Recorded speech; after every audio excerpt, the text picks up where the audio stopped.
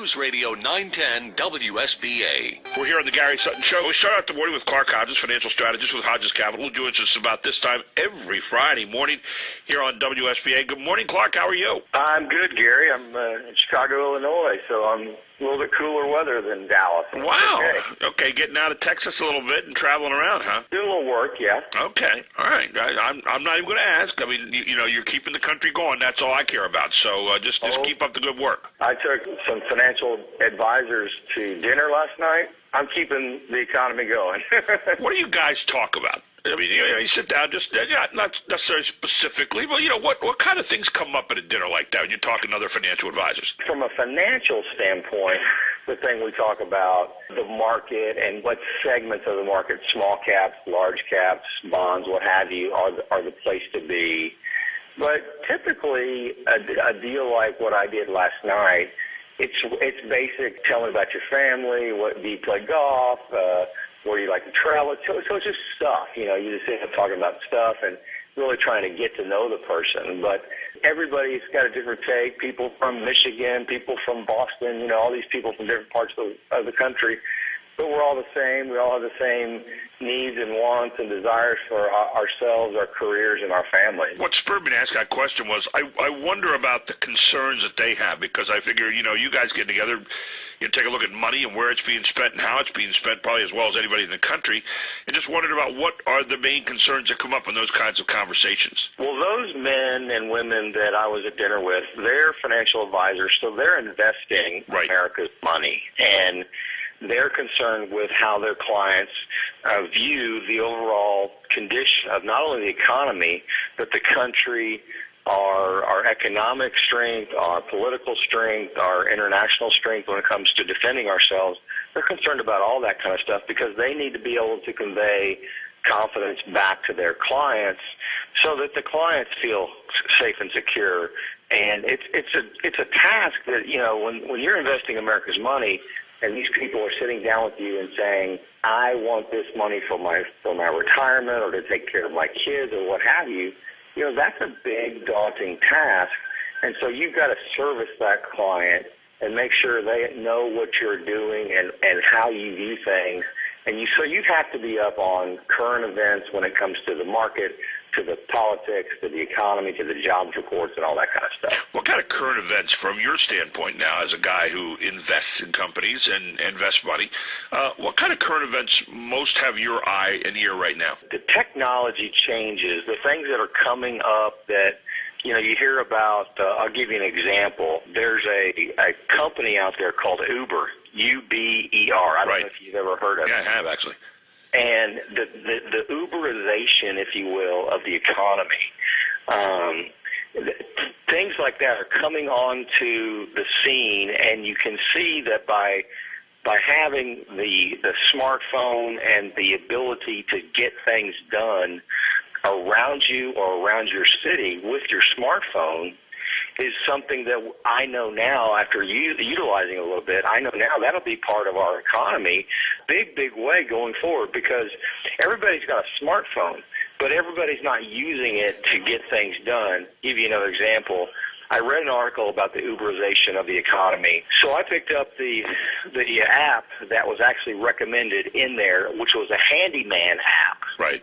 And I downloaded it to my phone, and I tested it. So I put out for bid a task to be done that I needed to do, which was haul something that would not fit in my car.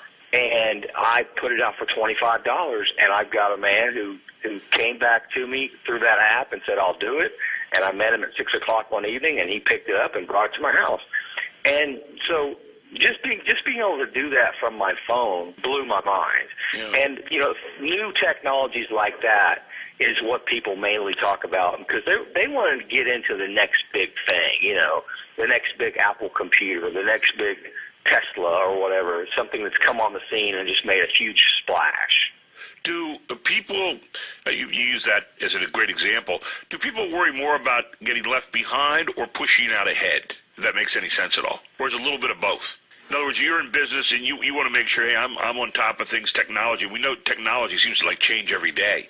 And so we say, okay, I don't want to get left behind. Somebody else, grabs a little edge on me that I didn't have before? Or is it a matter of saying, you know what, I want to be the first one out there. I don't want to be the second one out there. I think they fear being left behind because technology is making this business very different. Yeah. And so you need to be able to take that iPad or that iPhone and sit down with your client and show them where they stand at this very moment financially. You can't wait to get a statement in the mail. And so they know the up-and-coming, the millennials, if you will, those people, when they become the breadwinners and all the money, the people with all the money in their 40s and 50s and 60s, they're going to be groomed in technology, so they're going to demand that technology. So if you don't have it in your business, you're going to be left behind. I read an interesting article yesterday, speaking of being left behind, by Jeff Dorfman in Forbes, and it was entitled "Income Redistribution is About Votes, Not About Helping the Poor." Now, I suspect that that's not the first time that's ever been said. However, one of the things that he said in here is he said, think of all the redistributive programs we have to help people. The minimum wage, food stamps, housing subsidies, free cell phones, and Medicaid are just a few of the over 80 federal means-tested programs designed to help the poor. Social Security, Medicare redistribute income to the elderly. Federal disability insurance helps people who are too disabled to work. In total, the federal government redistributes about $2.5 trillion per year, which obviously can buy a lot of votes. But then it says, in contrast, policies that aim to create self-sufficiency are significantly fewer. And it says it costs around $500 billion, or 1/5 of the amount that's redistributed to get these programs into operation during the course of the year. So when you see those numbers, I mean, the idea that we have $2.5 trillion per year, which gets taken from here and put over here, that's got to be a big number that concerns everybody here in the country. Yeah, I think the unless you're receiving it, I guess. Or the article is right on. I think it's all about votes. And I think you saw that in the election of 2012 and the election of 2008. I mean, it's definitely, I harken back to a video I remember seeing when President Obama got elected, is this woman was proclaiming that she didn't have to pay her mortgage now. So the belief is that, you're going to get the government to take care of you. You're definitely going to vote for that side of the aisle saying, hey, we're going to take care of you. And that's basically the message that they've gotten from the Democrats. And I think that article's dead on. That's a huge number that's almost not even comprehensible, really. Well, he starts the article by saying, giving people fish instead of teaching them how to fish. And it's Democrats in Congress are still trying to restore emergency extended unemployment benefits, although they're not trying very hard. Classic case of keeping people dependent on the government instead of allowing them to learn a skill and get a job. Why are the Democrats focusing immediate attention on unemployment benefits, fish, instead of putting that energy into securing funding for more job training programs, fishing skills? And I think the guy raises, these are all simple questions, and it's not the first time. In fact, we've talked about that before. But again, we come back and ask that question, and I think one of the answers is people are inherently, if given the chance to do so and fostered by those who might be able to help them, they're going to be lazy. They're going to take the easiest way to do something, as opposed to the other side, which is much harder, where you say, well, I'm going to teach you how to be pretty self-sufficient and how to be independent, how to make your own decisions, how to handle your own money. I'm going to let you do that just by kind of, preaching that and putting that out there all the time. Doesn't seem like we're hearing enough about that. Yeah, I think people are inherently lazy as well. And, you hear a lot of people say, oh, I don't have time to do this. I don't have time to do that. Well, yeah, you do. Just get up an hour earlier and you've got that time. But I think most people fall back on that excuse. And you're right. If given the chance, here's this handout, or here's a path to greater wealth, but it's not going to happen overnight. And there's going to be some detours and some stop signs and some yield signs along the way. And I think, by and large, most people say, here, I'll take the handout. One of the things that was interesting, I read this thing called The Law by Frederick Bastiat, who was a 19th century economist and philosopher. And one of the things he talks about is a fatal tendency of mankind. He says there's a tendency that is common among people. He says when they can, they wish to live and prosper at the expense of others. This is no rash accusation, nor does it come from a gloomy and uncharitable spirit.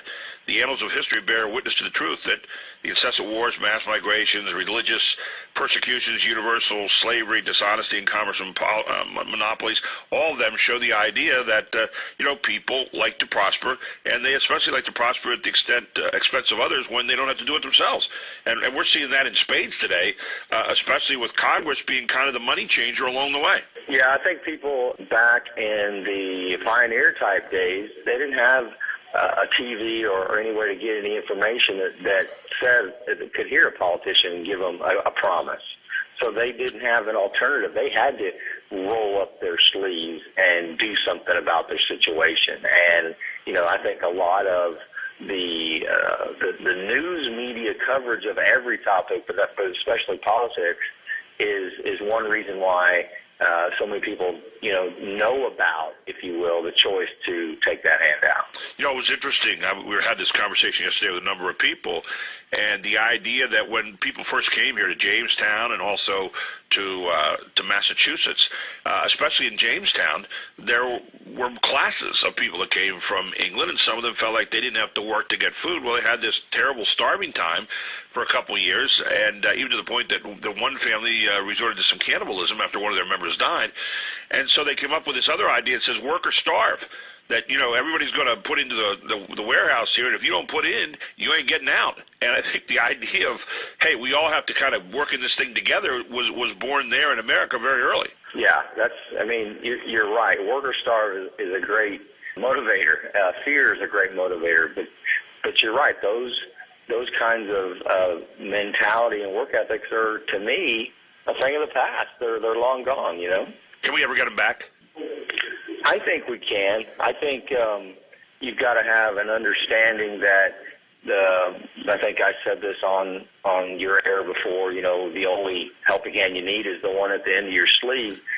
That mentality can come back, but how long will it take for that mentality to come back? There's a lot of things that would need to happen, right. And the overall direction and mood and viewpoint and morals, if you will, on what you believe have to change for that to get back to where it was. There needs to be a steady song about trying to be independent in this country. Clark, great stuff this morning. Thanks so much, and we'll look forward to talking to you next Friday. Take care, my friend. Hey, good talking to you. Have a great weekend. Thank you, you too. Clark Hodges, financial strategist with Hodges Capital, here on the Gary Sutton Show.